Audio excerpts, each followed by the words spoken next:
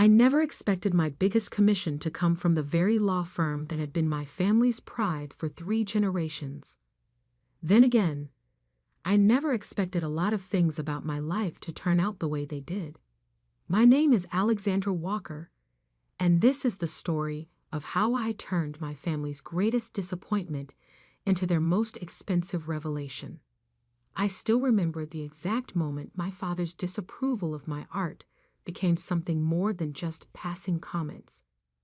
I was 17, standing in our living room, surrounded by my portfolio pieces for art school applications. Each canvas represented hundreds of hours of work, dreams captured in oil and acrylic. "What is this?" Dad's voice cut through the quiet afternoon. He stood in the doorway, his lawyer's briefcase still in hand, staring at my artwork with the same expression he usually reserved for opposing counsel's weak arguments. "My portfolio," I said, trying to keep my voice steady, "for the art school applications we talked about." He set his briefcase down with deliberate slowness. "No, we discussed you applying to law school, following the family tradition. Walker and Associates isn't going to run itself when I retire." I gestured to a portrait I'd done of our elderly neighbor, Mrs. Patterson. The piece had won a state competition, capturing not just her features, but the wisdom and warmth in her eyes. "But look at what I can do. This isn't just a hobby anymore, Dad. I'm good at this." "Good." He picked up one of my acceptance letters. "The Art Institute of Chicago? Do you know what their graduates earn compared to Harvard Law? This isn't just about you anymore, Alexandra. This is about legacy." My mother appeared in the doorway then, her social smile firmly in place. "Perhaps we should discuss this over dinner? I'd made your favorite, dear." She always did this, trying to smooth over the cracks in our family with food and forced pleasantries. "There's nothing to discuss," Dad said, dropping the acceptance letter onto my carefully arranged portfolio. "No daughter of mine is going to waste her life playing with paints when she could be continuing the Walker legacy." End of discussion. But it wasn't the end. Not really. It was just the beginning of a very long war. I did what any desperate 18-year-old would do. I applied for student loans and scholarships behind my parents' backs. When the acceptance package came from the Art Institute with a partial scholarship, I packed my bags in the middle of the night. The note I left was simple. "I have to follow my own path. I'm sorry it's not the one you chose for me." Dad's response came via text. "Don't expect any support from us. Art won't pay bills." Those words would echo in my head for years to come, through countless ramen dinners and shared apartments with 3 other struggling artists, through gallery rejections and late-night shifts at coffee shops. Through every moment I doubted myself, but never quite enough to quit. What my family didn't know, what they never bothered to find out, was that I wasn't just painting. I was innovating. While they imagined me doodling in a sketchbook, I was pioneering new techniques in digital art integration with traditional media. While they assumed I was failing, I was building a reputation in the high-end portrait world for creating pieces that captured not just appearances, but essences. My breakthrough came 3 years after graduation, when a tech billionaire commissioned me to paint his wife. The portrait incorporated augmented reality elements that revealed different aspects of the painting under specific lighting conditions. It made headlines in the art world, and suddenly, Alexandra Walker wasn't just another struggling artist. My rates went up, way up. The waiting list for commissions grew longer, but I kept my success quiet, working under my mother's maiden name, Kingston. Alexandra Kingston became known for portraits that told stories, that revealed hidden depths, that commanded prices that would have made my father's glass drop then too. I moved into a loft in Chicago's Gold Coast, but kept my parents' Christmas cards marked "Return to Sender." They'd made their choice. I'd made mine. Then came the email that would change everything. "Dear Ms. Kingston, Walker and Associates is celebrating its 50th anniversary this year. We're interested in commissioning a centerpiece portrait for our main conference room, featuring the firm's 3 generations of leadership. Your unique style would be perfect for capturing our legacy of innovation in legal services. Best regards, William Thorne, Chairman, Anniversary Committee." I stared at my screen for a long time, a smile slowly spreading across my face. My father's firm, my grandfather's legacy. They had no idea they were reaching out to the very person they told would never succeed. I accepted the commission immediately, quoting my highest rate yet, $500,000. The response came within hours. They accepted without negotiation. The next email contained the reference photos I'd need, including a recent one of my father.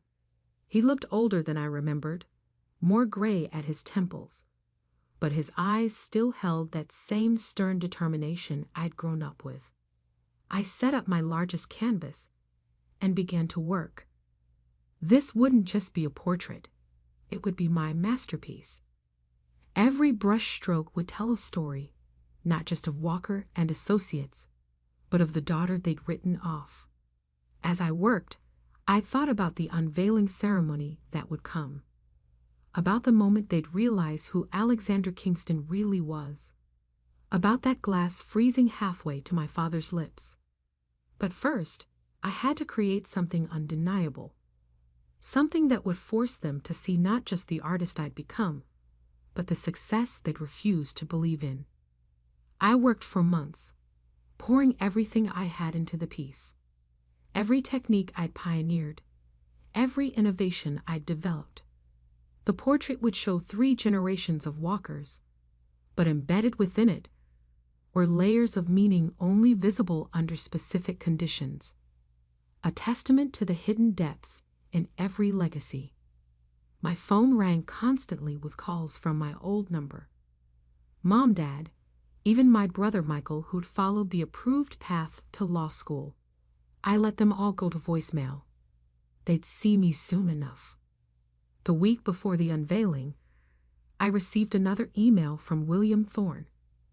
"Miss Kingston, the partners are extremely excited about the unveiling ceremony. We've arranged for press coverage and invited all our major clients. I trust everything is on schedule. Best regards, William." I attached a photo of the finished piece, carefully angled to hide its secrets while showing enough to impress. "Right on schedule," I replied. "I look forward to presenting it personally at the ceremony."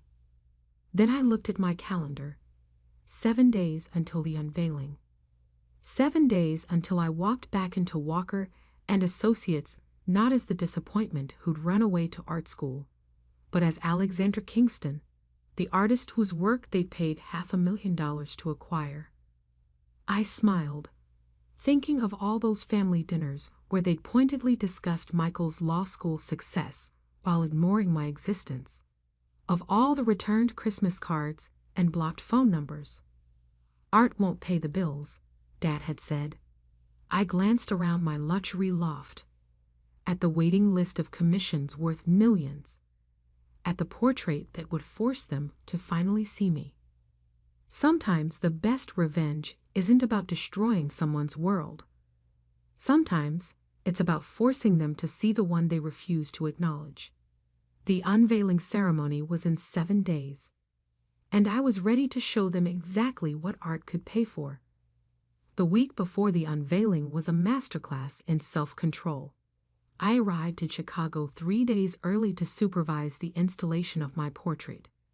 The familiar skyline brought back memories, not all of them pleasant. As my cab passed the towering glass building of Walker and Associates, I thought about the last time I'd been here, 10 years ago. "Miss, we're here," the driver said, pulling up to the service entrance.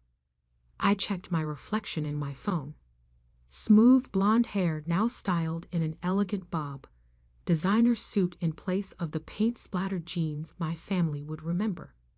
Alexander Kingston, successful artist, looked nothing like the rebellious Alexander Walker they'd written off.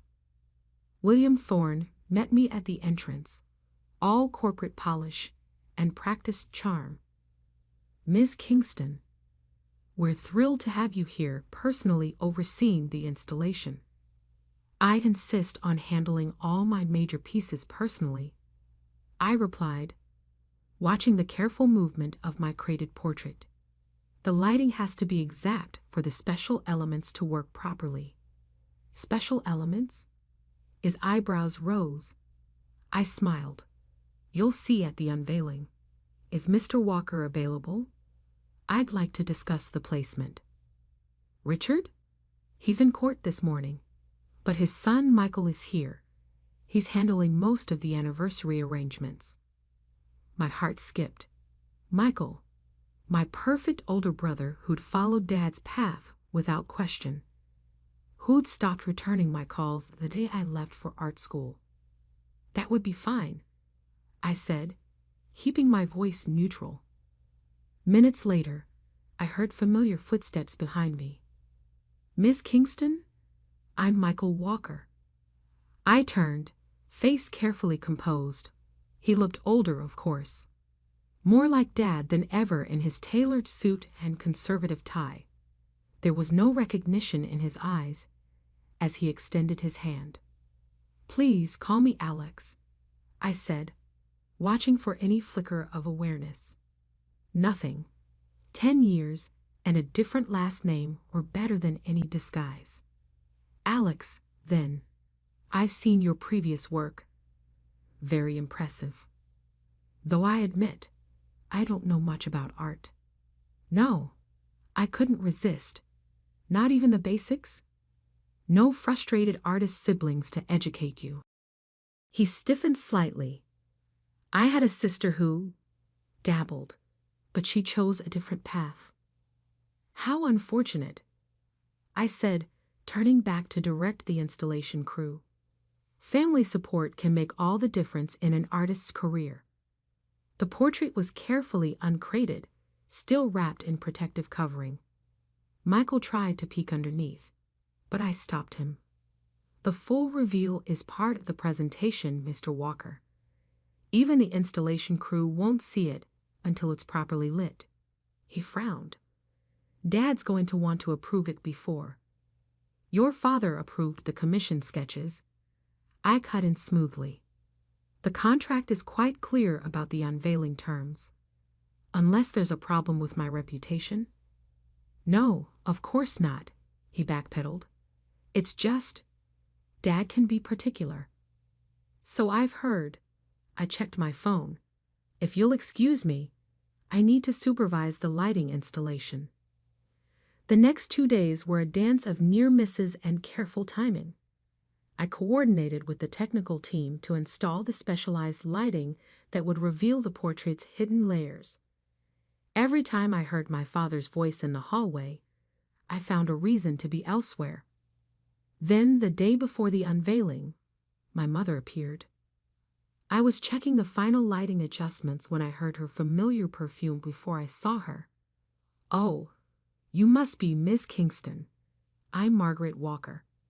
She looked exactly the same, perfectly coiffed hair, expertly applied makeup, the kind of elegant outfit that screamed old money without trying.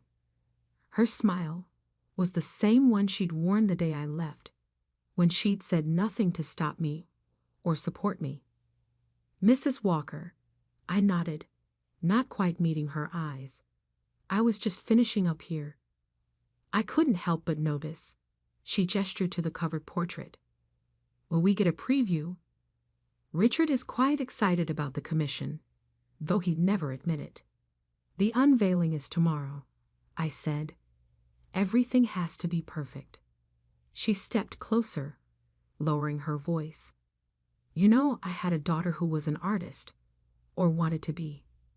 I sometimes wonder, if she succeeded, I finished, my heart pounding. Have you tried finding out? Richard forbade it, she sighed. But I keep hoping one day I'll see her name in a gallery somewhere. I almost told her then. Almost said, Mom, it's me. I made it. But I remembered all the times she'd stood silently by while Dad crushed my dreams. All the chances she'd had to reach out after I left. Perhaps she's closer than you think, I said instead, gathering my things. Excuse me, I have a meeting with the technical team. That night, in my hotel room, I looked at my phone. Dozens of missed calls from the family over the years. Countless unopened emails. One last chance to warn them, to soften the blow that was coming. I deleted them all. The morning of the unveiling dawned clear and bright. I arrived early, checking every detail one final time. The portrait was perfect. 3 generations of Walkers captured in oil and light, with layers of truth waiting to be revealed. The guest list read like a who's who of Chicago legal society. Every major firm would be represented. The press would be there. And in the front row, my family would watch as Alexander Kingston was revealed as the artist they dismissed. An hour before the ceremony, William Thorne found me in the conference room. Miss Kingston? A slight change of plans. Mr. Walker. Richard would like to meet with you privately before the unveiling. My breath caught. I don't think. He insists, William said apologetically. He's in his office now. I stood frozen for a moment, then straightened my spine. Fine. Let him see me first. Let him understand exactly what he'd thrown away. The walk to his office felt like walking through memory. How many times had I visited him here as a child, dreaming of the day I'd make him proud?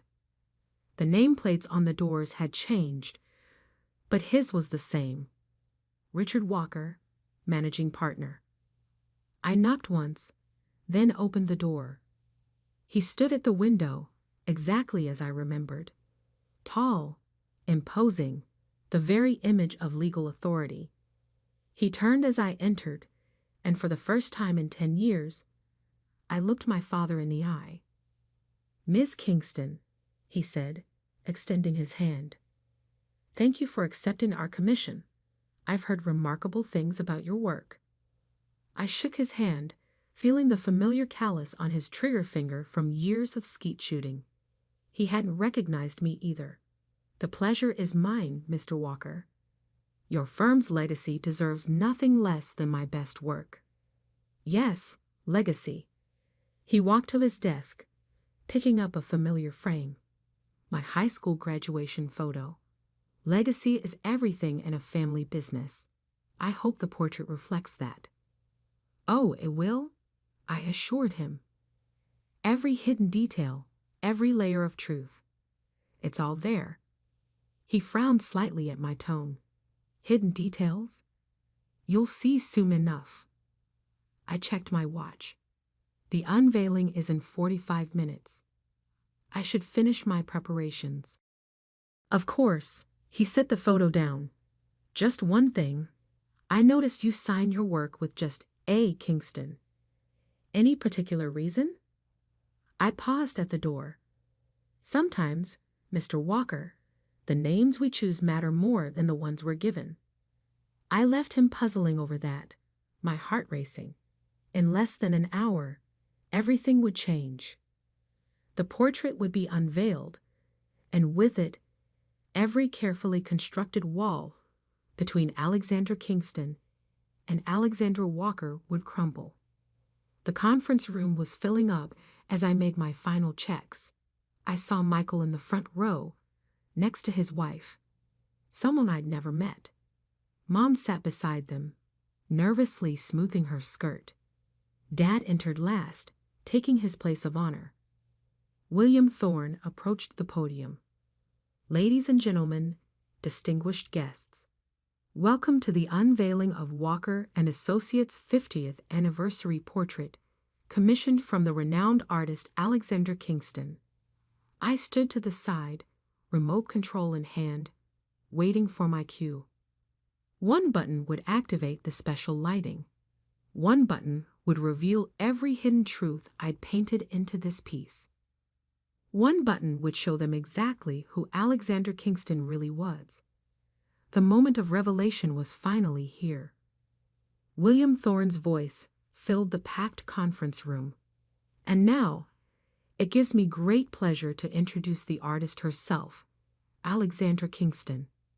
The spotlight found me as I walked to the podium, aware of every eye in the room. My father sat in the front row, that familiar look of polite interest on his face. The same expression he'd worn at countless school art shows before dismissing my work. "Thank you, Mr. Thorne," I began, my voice steady. "Art has a unique power to reveal truth. Not just what we see on the surface, but the layers beneath. The stories we tell, and the ones we hide." I pressed the first button on my remote. The lights dimmed, and a soft glow illuminated the covered portrait. This portrait uses a technique I developed called revelation lighting. Different spectrums reveal different layers of truth within the painting. What seems obvious at first glance might hide something deeper. My mother leaned forward, intrigued. Michael checked his phone. Dad maintained his professional smile. "Before we unveil the portrait," I continued, "I'd like to share a story. A story about legacy, about family, and about the price of following your dreams." I saw my father's smile fade slightly. "Good. 10 years ago, a young artist left home to pursue her passion. Her family, especially her father, told her she was throwing her life away. That art wouldn't pay the bills. That she was betraying her legacy." Dad's posture stiffened. Michael's phone lowered slowly. "That artist spent years developing new techniques, pushing boundaries, making a name for herself. A name that wasn't the one she was born with, but one she chose. One that would command $500,000 for a single portrait." Mom's hand flew to her mouth. Recognition flickered in her eyes. "Today, that artist stands before you, hired by the very law firm that was supposed to be her destiny. Hired by the father who said she'd never succeed." I pressed the second button. The cover dropped from the portrait. Gasps filled the room. The painting was magnificent. 3 generations of Walker men captured in perfect detail. My grandfather, stern but proud. My father, commanding the center. Michael, representing the future. But as the specialized lights shifted, new layers emerged.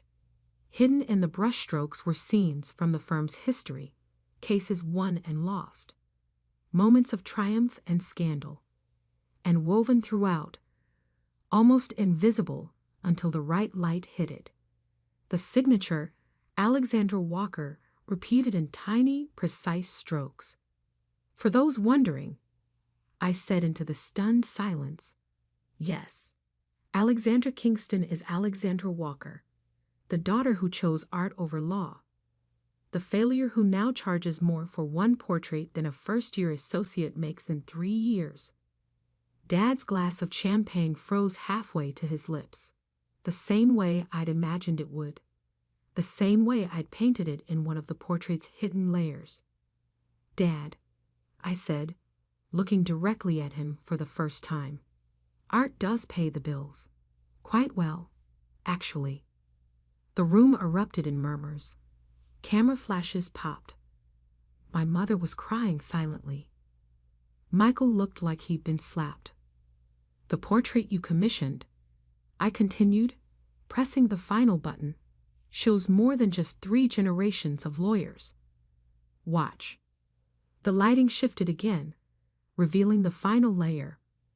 In the background, barely visible but unmistakable, was a young girl sitting in my father's office, drawing while he worked. Me, at age 7, already knowing what I wanted to be. Legacy isn't just about following in someone's footsteps. Sometimes it's about blazing your own trail, about proving that success doesn't look the same for everyone.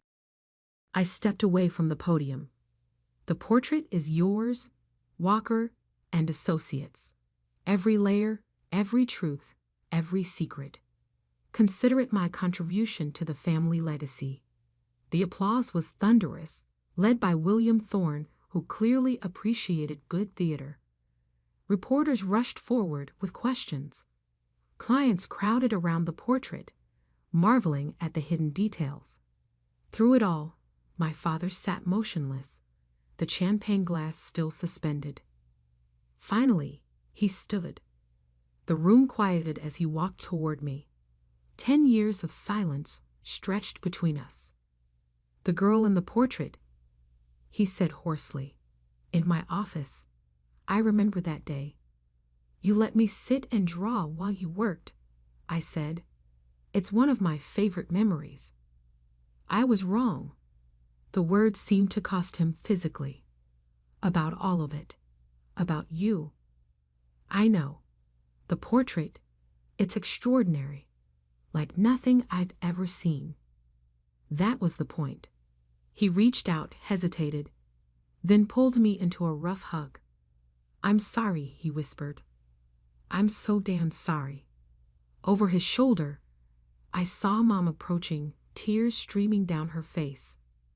Michael stood awkwardly behind her, clutching his phone like a shield. "Perhaps," I said, stepping back from Dad's embrace, "we could discuss this over dinner. I know a place. The owner commissioned a piece from me last year. We won't need reservations." Dad laughed, a rough sound with tears at the edges. "I'd like that. All of us?" I looked at my family. Really looked at them. Mom's hopeful smile. Michael's uncertain fidgeting. Dad's proud eyes, finally seeing me clearly. "Yes," I said. "All of us. We have 10 years to talk about. And Dad?" "Yes?" "Bring your checkbook. I have a waiting list of clients, but I might be persuaded to bump family to the front of the line. For the right price, of course." His startled laugh was genuine this time. "Art really does pay the bills, doesn't it?" "Every single one," I smiled, "with plenty left over for paint." Later that night, sitting around a table with my family for the first time in a decade, I watched them study photos of my work on their phones. Mom couldn't stop touching my hand. Michael asked genuine questions about my techniques. Dad kept shaking his head in wonder. The portrait would hang in Walker and Associates' conference room, its hidden layers revealing new truths to anyone who knew how to look. But the real masterpiece wasn't on that wall. It was here, in this moment, in the restoration of what was broken. In the recognition that success isn't measured by following someone else's path, but by being brave enough to paint your own. I raised my glass. "To legacy," I said. "To art," Dad replied, his eyes shining. Sometimes the best revenge isn't revenge at all. Sometimes it's showing them exactly who you've become and giving them the chance to see it through new eyes. After all, every masterpiece deserves the right light to be seen in.